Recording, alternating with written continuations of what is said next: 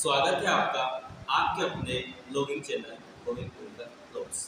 दोस्तों, मैं हूं गोविंद गुनकर और मैं आपको हमारे मैडम, हमारे गुरु श्रीमती साधना श्रीवास्तव मैडम से मिलाऊंगा, जिन्होंने आपको संगीत का एक वीडियो इसी चैनल पर वीडियो बताया था, जिसमें संगीत के बारे में और एक सुंदर सा भजन भी उन्होंने सुनाया था। तो आज मैडम के सुंदर वाणी से आप कुछ सुने मैडम। हेलो, नमस्कार बहनों और भाइयों। मैं आप लोगों के सामने देखिए, अध्यात्म से जुड़े हुए लोग ही इस भजन को समझ पाएंगे।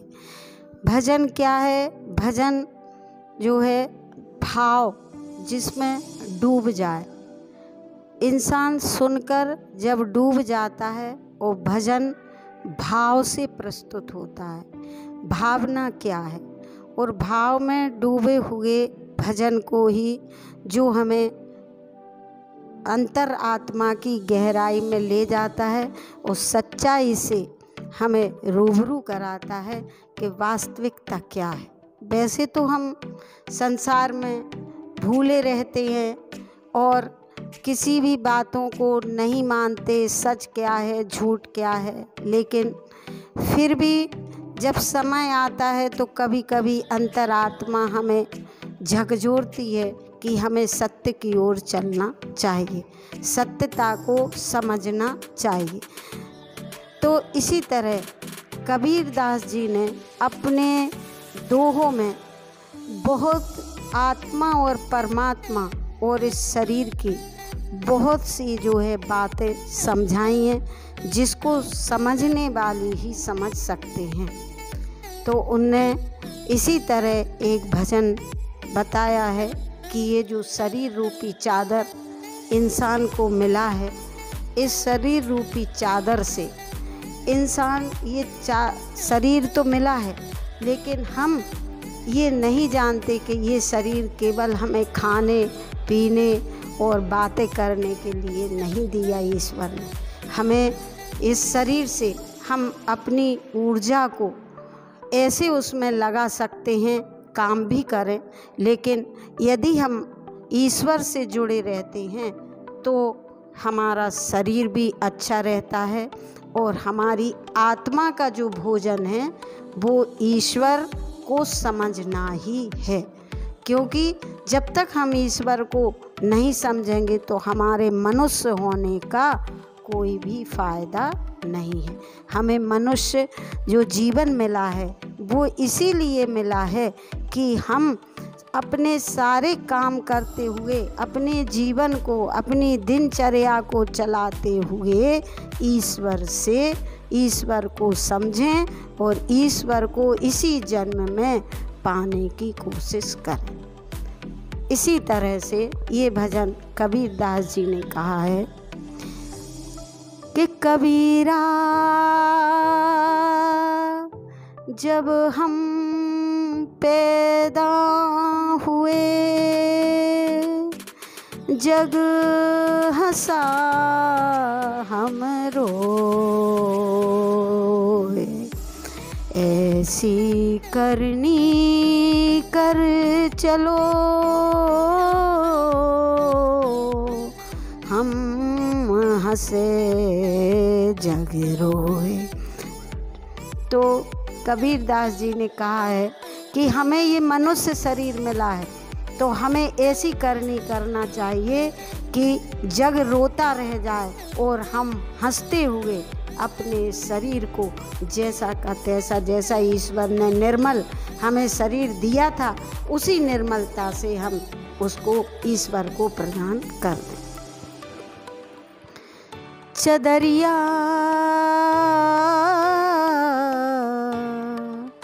हे राम नाम रस भीनी, चदरिया झीनी रे झीनी, हे हरि नाम रस भीनी, चदरिया झीनी रे झीनी, हे प्रभु नाम रस भीनी चदरिया झीनी रे झीनी चदरिया झीनी रे झीनी 9-10 मास बुनन में लागे 9-10 मास बुनन में लागे अष्टकमल का चरखा बनाया।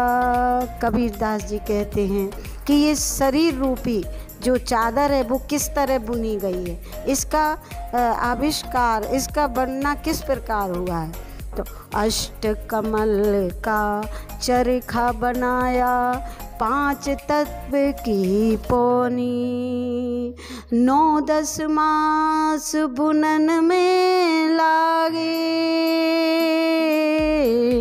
9-10 मास बुनन में लागे लाल लाल कर दीनी चदरिया झीनी रे झीनी ए हरि नाम रस भीनी चदरिया झीनी रे झीनी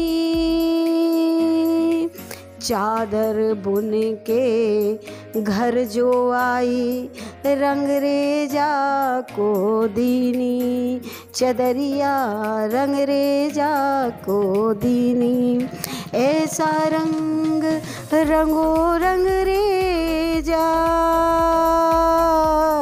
ऐसा रंग रंगो रंगरेजा लाल लाल कर दीनी चदरिया झीनी रे झीनी हे राम नाम रस भीनी चदरिया झीनी रे झीनी चादर ओढ़ शंखा मत करियो। कबीरदास जी कहते हैं कि ये जो शरीर रूपी चादर हमें मिली है इसे ओढ़कर हमें किसी भी प्रकार की शंका नहीं करना है, संशय नहीं रखना है। चादर ओढ़ शंखा मत करियो 2 दिन तुमको दीनी चदरिया 2 दिन तुमको दीनी मूर्ख जाको भेद न समझे मूर्ख जाको भेद न जाने दिन दिन मैली कीनी चदरिया झीनी रे झीनी हे हरि नाम रस भीनी चदरिया झीनी रे झीनी हे प्रभु नाम रस भीनी चदरिया झीनी रे झीनी चदरिया झीनी रे झीनी। बहनों भाइयों, ये आत्मा और परमात्मा की जो है कहानी है, यह समझिए, आप समझिए इसको और उस पर अमल कीजिए कि हम संसार में केवल 2 दिन के लिए ही आए हैं और एक दिन इस शरीर को छोड़कर हमें जाना है। तो हम अनाचार, अत्याचार और बुराइयों से बचें। धन्यवाद आपको। दोस्तों, जिसे मैडम ने अभी आपको बताया कि अगर हमारा गला कर्कश है तो हम बार बार प्रयत्न करके संगीत से जुड़ सकते हैं। अभी तक हम समझते थे कि स्वरों की संख्या 7 है, 7 पर ही निर्भर है। अभी मैडम ने बताया कि टोटल 12 स्वरों से ही उसका संगठन बना है और उसी के आधार पर ही हम स्वर को बहुत ही आसानी से समझकर एक सुंदर सा गाना अच्छी धुनी में गाकर लोगों के मन में अपने आप को प्रकट कर सकते हैं और अपनी आत्मा को बाहर निकाल कर बता सकते हैं। आप हमारे चैनल से इसी प्रकार जुड़े रहे और हमारा साथ दें, क्योंकि आपका साथ ही हमारा विकास है। धन्यवाद। जय हिंद, जय भारत।